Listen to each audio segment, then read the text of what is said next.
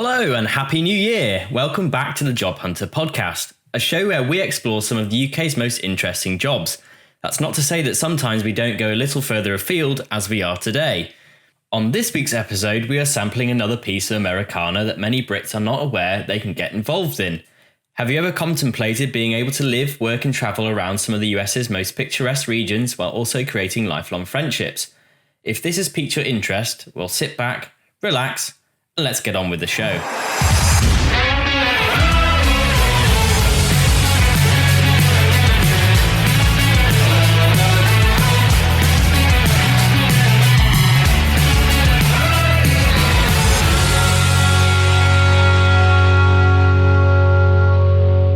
Welcome back to the Job Hunter podcast. This week we are speaking about a job very close to my heart. A couple of years back, I was lucky enough to spend a couple of months between years at uni working in the States at a summer camp as a rifle instructor. I found this to be a really great experience for me and a time I look back extremely fondly. So it's my absolute pleasure to welcome Dave Schiff, co-owner of Camp Manitou for Boys, an all-boys summer camp located in Maine in the beautiful New England region of the US. And I also have with him Matt Betts, a fellow Brit. Matt was one of only 4 international staff that managed to get into camp this summer due to COVID restrictions, where typically they would have upwards of 40 international staff from all over the world. Dave, thanks for chatting with me. For our British listeners, what exactly is a summer camp and what sort of stuff do the kids get up to? Yeah, no, thanks for having us. It's great to see you doing this and trying to help people along to find jobs. So Children's Summer Camp is something that has existed for probably 100 years in the United States. I think it started mostly in the Northeast. Camp Manitou is actually about to celebrate its 75th summer. We're a boys camp, but there's certainly programs that are co-educational and girls only as well. We hire guys and girls, but our camp was founded as a boys camp, and it's really a chance for kids to get away, build their skills at the waterfront or land sports or creative arts, but also their interpersonal and social emotional skills. And I imagine that if you talk to different camp programs around the country, the values that the camps were founded on in the 1900s still exists today, that there are a lot of things that evolve over time, but the idea that we're giving kids a chance to get themselves out of their comfort zone, meet new people, make new friends, build skills, is something that is really core to the experience. And so it's become a tradition in the United States that I don't know exists in many other places around the world. And for us, the kids spend 7 weeks with us. So they make really deep relationships with their friends that they make and the staff members that they meet. There are certainly other programs that have different lengths of time, but when you're sending your kid away for that length of time, they're going to come back as a different person. They're going to grow a lot and have different levels of confidence in different things they do. So Dave, you don't look 75 for our listeners that may not be able to see the visuals I'm getting. You don't look 75. I'm safe to assume that you aren't 75. How did you come about to being one of the owners of Camp Manitou? Yeah. So I am fortunate enough that I was a camper there a long time ago at this point, but not 75 years ago. And I grew up there as a kid, became a staff member, and a lot of these camps are family businesses where, again, they were established in Manitou's case and some of the other ones that are in our region of the country. They were established just after World War II, primarily by people that wanted to help get kids out of the cities. And so the family that established Manitou was the owners essentially from that time through the late 1990s when myself and a guy named John Darren bought the camp from the former owner. So we have a pretty neat story that we've pretty much always been there, and we held a lot of different jobs between being campers and staff members and then owning the camp.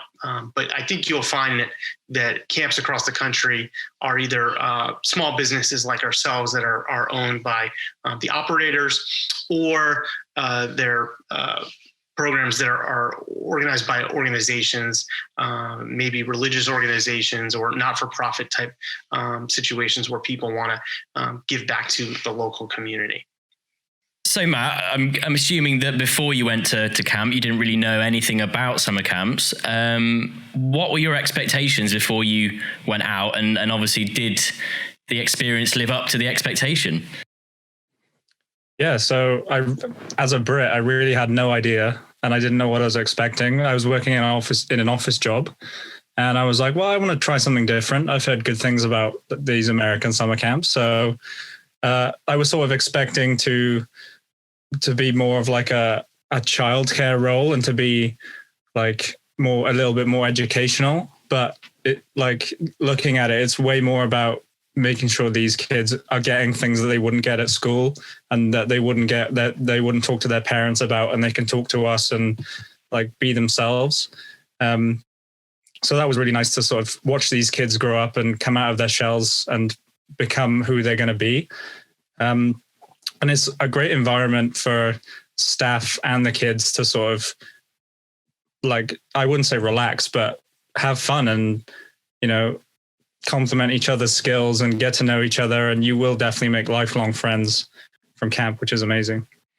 And what would you say, like a day-to-day, day in the life of Matt Betts at summer camp, what would that look like, and what's really involved? Because I think a lot of people probably don't appreciate that it's a lot more than just the job title that you get hired for. I know my personal experience is you're up early, you're sleeping in with the kids, you've got to do X, Y, and Z before you even get to doing your day job. So why don't you just take us through roughly what a day at Manitou would look like? Yeah, so it's changed over the years, but the first few years I was hired as a fishing instructor.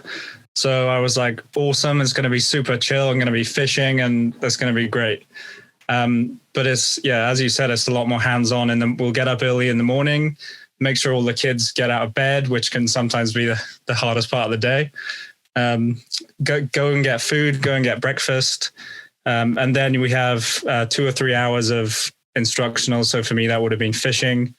And then after that, it's lunchtime, and then we get to do a thing called College League, where it's the camp gets split into 4 teams and they all compete against each other.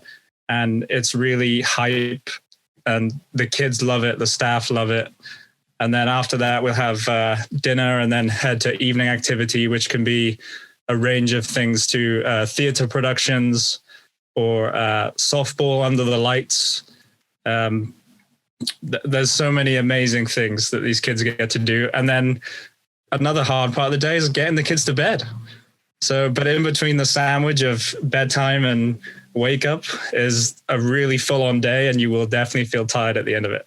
And what did you make of the facilities? Because to me, it almost seemed like its own involved bubble of different exciting things, almost like going to university, to college, but without the horrible education aspect, and just doing all of the fun stuff, the sports, the theatre and stuff like that. What kind of stuff is there on site for the kids and the counselors to do? Yeah, so you imagine summer camp, you're thinking like a British campsite, and then you get there and it's like, oh my God, this is more like a university campus. And there's a massive basketball, gymnastics hall and tennis courts and a big baseball field. We're on the lake with access to boats and kayaks and stand-up paddle boards, volleyball courts. I mean, whatever you want to do, it's on you to pack your days with as much stuff as you can. And there's so many extracurriculars to get into. And Dave, what would you say is the most rewarding aspect of running a summer camp or being involved for the so many years that you already have been? Yeah, at this point, a lot of it's the relationships and reconnecting with people and seeing people build relationships, not only at camp, but beyond. And it amazes me how small our world becomes as people cross paths later on in life. I've been with the camp now for 30 years, and in that time, I've seen people grow up and get jobs and do all kinds of different things. And it just seems like wherever they go, they'll take that sweatshirt or hat or whatever they have. They'll always have that with them. They'll have it as a photo, as the background of their phone, and they'll never be too surprised when they walk into a restaurant or they go to a new place and somebody's like, hey, do you know, or have you been, or I know somebody. It happens to me a lot because I run the place, but I hear back from people all the time. And then in addition, the friendships that you make are such that you're meeting people from around the world. It's really an intentional community that we establish. And so I know that people that come and work for us will travel around the United States or travel into Asia or Australia or whatnot, and they'll be able to use the resources to see people and make friends and make connections and just build just deeper experience than what they would have as just going on a 2-month holiday. Do you think that's because it's so much more concentrated and you're living with each other, day in, day out for 7 weeks rather than it being like a holiday? Yeah, absolutely. There's a trust and intentionality too, that I would think that most people that are coming to do this are looking to build their network and make some friends and the idea that this isn't going to be your career necessarily. It's going to be something you might do one summer and then you're like, oh, actually I really love that. I'll do that again and I'll do that again and I'll do that again. But most people, I think it's okay to approach it like, hey, this is something I want to do because I'm in university or I'm graduating and I want to try it out, and you take it from there. But it doesn't take long to really have a really extremely positive experience. Obviously, I mentioned a little bit in the introduction, and we kind of need to address the elephant in the room. How was camp this year different to previous years? Yeah, so I'll go first, and then Matt can give I'm sure his perspective because he's got an awesome story about getting there. We're one of the few U.S. camps that opened this summer.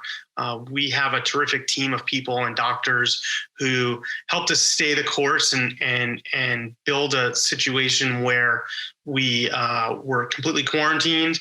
We asked the staff and the kids that were coming there to isolate and quarantine before their arrival so that they weren't going to bring the COVID into the camp. We tested everybody before they arrived and then a few days after they arrived. So we were able to build a bubble. And in doing that, we said to people, look, if you're going to come here, once you get here, you have to stay. And people were really receptive and responsive, and we all recognized the importance of the experience given the circumstances that existed, in the outside world. And so, again, every summer is an intentional community, but in particular this summer, not only the staff, but the kids all recognized, hey, like, I'm going to this place. It's going to be different. We're going to have to wear some masks. We're going to have to keep distance. But it's going to be worth it because in comparison with what other people are doing and the fear that's out there and the restrictions that are out there, this is going to, work out pretty well. And that's exactly what happened. We were able to create a situation where, fortunately too, we're in Maine, which is a pretty rural place in the United States. And so because of that, the virus at that point of the summer was not spreading, rapidly or in any kind of way. And our people came from a lot of different places, and people made a lot of sacrifices to get there. But once they did, we had a really strong bubble and situation so that we got in a pretty good summer. And there were things that were different, but the feeling stayed the same. The idea that you're there to make friends and you're there to build skills, and not only the kids, but also the staff, that didn't change. And then we have so many people on our leadership team that were so dedicated and eager to make it work that they found their way there. And that's Matt's story. Yeah. So basically I had to get to camp because I hadn't planned anything else in my life. I knew that was the priority. So me and a member of senior staff, James, the only way we could get into the US was if we spent 2 weeks outside in another country that was allowed into the US. So we went to Croatia and quarantined for 2 weeks in Croatia, and then had to take 6 flights through a few more different countries to end in Maine. And as soon as we got there, we did another week and a half quarantine in the camp next door, Acting Manitou. And then we got into camp, and after a week, it just felt like it has every other year. In context, that was my 4th summer last year. And as soon as you see the kids again, and it's been the same as every year. It's about connection and seeing everyone you love. And it's just one big family. I don't consider it a job in any way. Fantastic. And obviously, speaking of, the size of it, how was that different? How many kids did you have? How many staff were actually at the site this year? Yeah, so typically we have about 370 boys and about 150 staff that kind of live and work with them. We actually ended up keeping about the same number of staff because we wanted to make sure that if we weren't letting people leave camp in any kind of way, that when we had downtime for staff, when people had time off, that we were still able to have safe and effective coverage for the kids and whatnot. In addition to that too, we didn't know if the virus was going to come in. So we wanted to make sure that we had protocols in place so that if it did, that we could have people isolating in different places. Matt mentioned that we had a neighboring camp that wasn't open. And so we were able to use that as a backup quarantine location. But it ended up being a place where staff were able to go on their days off. So with the kids, we ended up having 90 less kids than we had in a typical summer. Also, in a typical summer, we would go for 7 weeks and we would have 2 entry points. We'd have kids that came for 3.5 weeks to start the summer, and then kids that would come for 3.5 weeks for the back end of the summer. But given everything that was going on, we felt like having more than one entry point would be problematic. So we didn't do that second session. And the other thing too was that we were concerned about having a closed campus for such a long time. So instead of doing 7 weeks, we did 5 weeks. So it was different, but again, like the nature of it, the bones of it were all the same. So obviously it's one thing to be at camp, but Matt, why don't you take us through the process a little bit of how, as a Brit, you get to camp? I think it's, fair to say it's not something you can just Google and how to go to summer camp and that's that. It's a little bit more involved. So why don't you take us through a little bit of, at least say your first year, what you had to do to get to summer camp? Yeah, so I signed up with an agency called Camp America, which I'd known about through my cousin who did the same thing. And essentially you have to put in all your details and your skills. So for me, it was fishing, I put soccer, and a lot of random skills. And then that profile then gets sent to a lot of camp directors in the US, and then they can filter by what skills they need in their camp. And one day I got an email from Dave saying, hey, we need a fishing instructor. Are you interested? And then we had an interview and that all went well. So then the agency then can send you to the US Embassy in London. And then you get all your forms back a week later and you get a big visa stamp in your passport. And then you can fly to the US and stay for the amount of time on your visa. And then you get a 30-day grace period after your visa ends to travel the US or stay in the US with friends you've met in camp, which I did for 3 years. And yeah, it's a bit of a journey, but it's well worth it.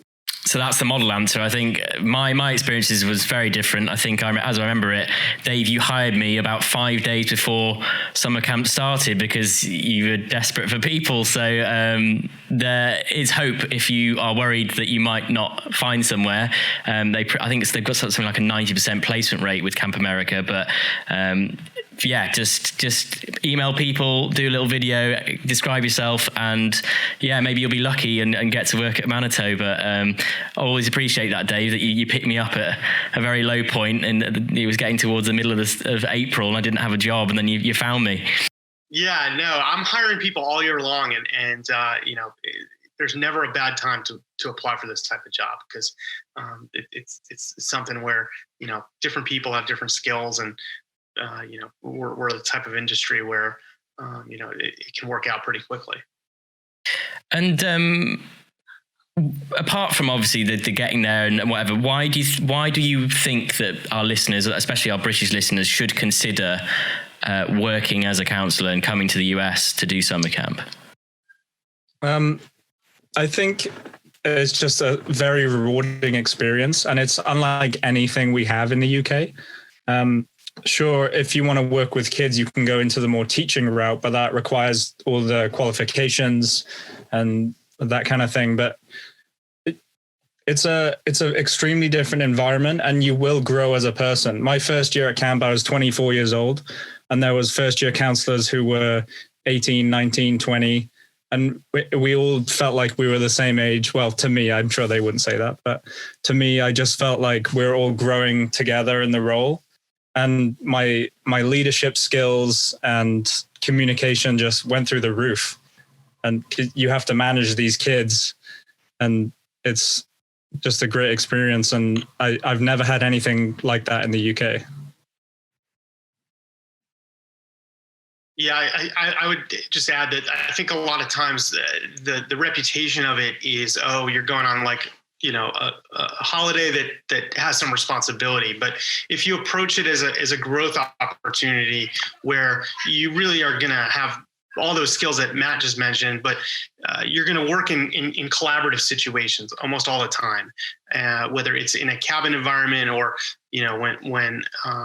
when Frenchie was at the rifle range, he was working with another instructor, and they probably came from different places and had different ideas on what looked safe and what would be engaging and fun for the kids, and having to collaborate and make sure that everybody's comfortable and everybody's safe is so important. There's so many problem-solving situations that you get into, and being able to become a problem solver is something that you can use in any job. And then it's also a place that really promotes creativity. That I would think that most camps you'll find that, sure, you were hired as a rifle instructor, but I think you also mentioned something about a saxophone, and being able to get out there and play the music is something that a lot of people, maybe don't get a chance to do in front of audiences, and all of a sudden you're up on the stage in front of a few hundred people and you're playing some music, and it's really a test of your confidence and your skills. And in most situations, even when people are, not so good, the crowd goes crazy and everybody's really happy. Camps are just fun places. And why in particular do you hire international staff, or do you have a basis for wanting to have a lot of international staff in your roster? Yeah, so the international staff have been coming to the States for at least 40 years, probably more than that.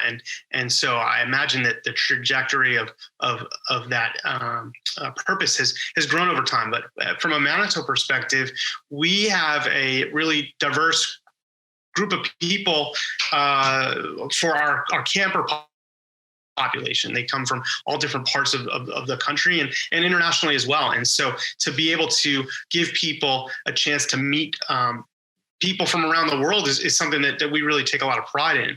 In addition, we offer so many different activities that having people that really have fundamental skills to be able to teach kids is really important. And so for something like riflery or archery or fencing, those are skills that, sure, there's plenty of people that do those sports in the United States, but we found that international staff bring just a generally higher skill level. And then the final thing I would say too is that the sense of purpose, the buy-in from the international staff is something that's really important. That it's not just another job. That without bad-mouthing our American staff members, you're signing up for an experience, and there's so many positive aspects of that, and we buy into that, and we celebrate that. I want to make sure that you make some friends and that you go and you travel to Boston or Miami or LA after camp. That's important for us to see you through that process, so that you feel like it was a worthwhile experience. And I guess what I want to touch on now is, what is both of your favorite what's your favorite part of camp? What do you guys enjoy the most while you're in the bubble for 7 weeks? You must have some particular highlights. Honestly, for me, it's the cliche of the friends you make along the way. I've got so many lifelong friends from my first year at camp, second year, third year, fourth year, all different people sometimes. Yeah, they're some of the best friends in the world. And I've been lucky enough to stick around after the kids go back after camp to help out with weddings and events. And it's been amazing to have access to the waterfront and the boats and all of the facilities that camp have, just to have a good time as well as work hard. So for me, that's the favorite bit. And actually seeing my kids grow up from the 12-year-olds they were when I first met them, immature, but great kids. And now they're going to be 15, 16 next year. And it's going to be their last year as campers. And I cannot wait to see what they do with their last year, and then onwards when they become staff members in the future, if they come back. It's just so exciting to watch their growth and know that I've been a part of it, and hopefully a positive influence for them, because that's what it is. You want to be a good influence for these kids. Yeah, and for me, from a macro perspective, just seeing people grow, that for somebody like Matt, who again came to us as a fishing instructor, he's now going to be in charge of the oldest kids this summer, and so it's really neat to see those moments where you see people step in and take leadership, and we're a place where it can happen kind of at a young age. That there's sometimes 12 or 13-year-olds that find themselves in a game or on a stage, and that's their moment, and they really run with it and grow with it, and people celebrate that. So I really like celebrating all the fun, unique moments each summer. You mentioned College League, Matt, and obviously it's a format where you split the camp in four and they compete in a series of events. Why don't you just explain what happens at the end and the culmination of all those events? I have particularly fond memories of running into a certain lake at the end. So why don't you just give us a brief overview of that? Yeah, so College League is stretched over the 7 weeks of camp. The 6 weeks of camp. And so there's all these emotions that have been going from day one of what team wants to win. And on the last night of College League, there's an event called Presentation Night or Pres Night, where the four teams will take it in turns to sing 3 songs, and Alma a fight and a cheer, and then perform a skit, which is basically they're acting out scenes from camp that year and trying to make the judges laugh and give them high points. And then after everyone has presented, we all go down to the basketball courts and wait for the judge's verdict, which is always a tense 30 to 60 minutes. And then the results are shouted out one by one. And the first place team gets to run from the top of the hill where they're announcing the results and run down the hill and jump into the shallow pool in the lake and go crazy. And everyone's screaming, and it's sometimes the highlight of the summer for a lot of kids and staff. And it's a really good time. And sometimes you get to do that twice if you win the other event, which is Color War. Speaking of Color War, Dave, what have been some of the most memorable moments of that? I hear the story. Every year that I was there, I heard the story of some elephants wandering into camp. Yeah, so Color War is for Manitou a time when we take all of our big events from the summer and almost recreate them at the end of the summer. And so we drop everything and do 4 days of Color War. And we split into two teams, and the leadership is really passionate for the opportunity to lead a team of kids, and they're usually surrounded by people who again are just very invested in the moment, and at that point in the summer, we're recognizing that these are going to be the last times we get to do things, and so there are really neat things that end up happening to just try to inspire and get people outside of their comfort zone. So back when I was a kid, and actually my first summer, one of the guys that was in charge of one of the teams heard that there was not a zoo, a traveling circus in town, and he and a few of the people that were in charge of the team went out and spoke to the leaders of the management company, I guess, and convinced them to have the elephants come out to camp, and they let them ride them into camp. And it was very just inspiring and amazing and funny at the same time. And there have been plenty of other times where we've had planes fly in with people and all kinds of different things to just, again, get people a little bit of a different look and to get them excited and whatnot. But what I always love about Color War is that it's a chance to look at your summer and to say, all right, I'm just going to put a little bit more effort into something, and I'm hopefully going to grow over these next 4 days in a different kind of way. And for myself that has been there for so many years, it's still an event where I love that we just drop everything and get so into it, and it's the highlight of my summer. I like to do a little section in these podcasts where we ask the guests to give us their 3 tips. So I call it Tim's 3 tips, and it'd be great if I could hear from you guys. If you could give us 3 tips on how to be a good leader, and specifically how to work well with young people. It'd be great to hear your thoughts on that. Yeah, 3 tips. Well, I would say don't be afraid to go out of your comfort zone.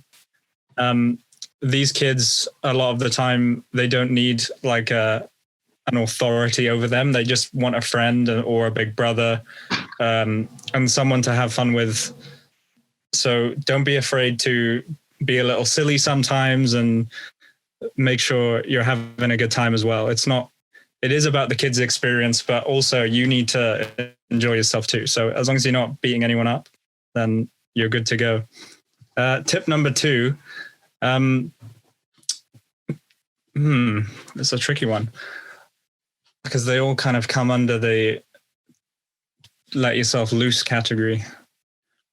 Just be a good mentor and a good supporting figure for staff and kids, and don't be afraid to shout anyone out if you think they're doing something that they shouldn't be doing. We're all in it together, and we need to have some collective accountability sometimes to look out for each other. We teach what we tolerate, and we tolerate discretion.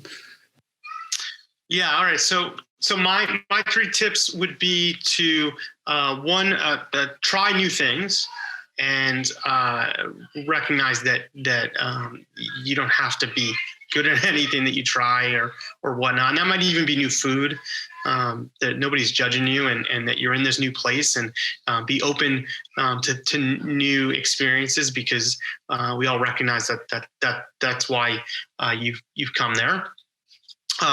2 is share about you and your family. The kids are really curious. Your co-counselors are probably really curious, and they want to know about you, and that's really important to the experience. The more that you share, the more connected they're going to feel. And you don't have to be somebody that wants to be an educator or work with kids for a lifetime to go back to what Matt said is just to be a really positive role model, and that can come in so many different ways, and it doesn't have to be the big voice, but it should be the person that makes choices that are healthy and responsible, and that every day you wake up and say, hey, like, I'm maybe only going to be here once, and I'm going to just take the opportunity to make the most of it. And who knows what doors are going to open because of this experience. Amazing. We're getting towards the end of the show, to be honest. Just two more questions, really. Dave, how do you think summer camps will change in the future, or do you think they will change? Yeah, so they definitely will change. It's an industry that I still see as a growth industry, because even though it's been around for a long time, there's plenty of people that don't experience it and don't know much of it. So whether it's in the UK or other parts of the world that summer camps are opening up, that could be an interesting development at some point. And then in terms of that too, that we're borrowing more cultural or we're borrowing more things from other places. I think it's interesting. We didn't really talk about it, but camp is a place where you can step away from technology and stay off your phone and unplug and not be so connected to the day-to-day news of the world. So, in a lot of ways, as the world moves forward and becomes more technologically advanced, we always want to try to make sure that we're using technology to our advantage in operating in the camp and communicating with people, sharing photos and videos and whatever else. But for the people that are on the ground there, the more the world evolves into a place that's very digital, camp is an opportunity to step back and maybe appreciate the slow time that can pass. So it's almost like an escape from the real world sometimes, especially in what's become such a miserable year. Camp was a good way to get away from it. We headed into, last March when things started to really kind of become apparent that this was not going to be a typical summer. And our mantra was, people need camp. We've got to figure this out. A lot of people were telling us it's not going to be safe. It's not such a good idea. You're risking, your business, this and that. And we kept going back to the idea that the kids and the staff that were going to be there would want to be there. The parents would want them to be there because there's so many benefits to it. And at that point, we had thought, all right, kids are going to be, in quarantine for 3 months heading into the summer. They need this more than anything. And I think at this point, you're now thinking, gosh, 2020 was important. 2021 is even more important because there's so many people that didn't get that opportunity. More camps should be open this coming summer to get more people that opportunity. And so it's something that's going to grow in importance even more, I think, going forward. So Matt, what piece of advice would you give a listener that might be on the fence, someone who's at university and they're considering what they're going to do with their summertime? What advice would you give them about going over to be a counselor in the States? Yeah, well, if you've got the time this summer and if you're on the fence, honestly, what have you got to lose? I don't think, as far as I'm concerned, there wasn't really any negatives to it. Maybe a money aspect, but if you're not doing much with your summer anyway, that should be the least of your worries. You get to learn so much. Like I learned how to drive a boat. I learned how to play baseball. Not that I'm any good. Learn the rules of all these weird American sports, which I disregard. But it's just a whole lot of fun. And as I've said, it doesn't feel like a job to me. I just get to hang out with friends and kids and become their big brother. And if you're family orientated or you just got a free summer and you're not sure what to do, you will get extra skills if you go to a summer camp in the US. And even if you don't enjoy it, you'll come out of it with things that you didn't have before. Look, it's been an absolute pleasure to speak to both of you this evening. Dave, quickly, where can our listeners find out more about Camp Manitou or where to find information on working at Manitou? Yeah, so obviously want to plug Camp Manitou as a place where people can go. We're campmanitou.com. But just to give some scope, there are probably 5 to 10,000 international staff that come over every summer to work at summer camp. So we mentioned Camp America earlier. There are several agencies that assist staff or prospective staff with opportunities to come over. So they can Google on Camp Leaders, IENA, CIE, Wildpacks, CCUSA. There are really a lot of them. And as Frenchie said too in the beginning, that I think their placement rate is over 90%. So if it's something you want to do and you can present yourself well, you line up your references, you talk, the right talk on your interview, you show the right enthusiasm, there's a really high chance you're going to get a job. Dave, Matt, thank you very much for talking to us this evening. Stay safe. I hope you have a successful off-season from camp and a successful 2021. It's been an absolute pleasure to talk to you tonight. Thanks for having us. Yeah, you too. Thanks for having us.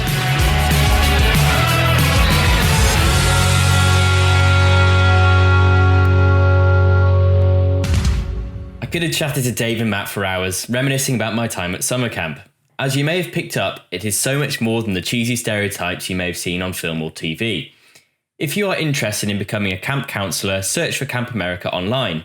Or alternatively, I will leave the links to Camp Manitou and other camp placement services in the show notes below. If you've been enjoying the series so far, please consider subscribing.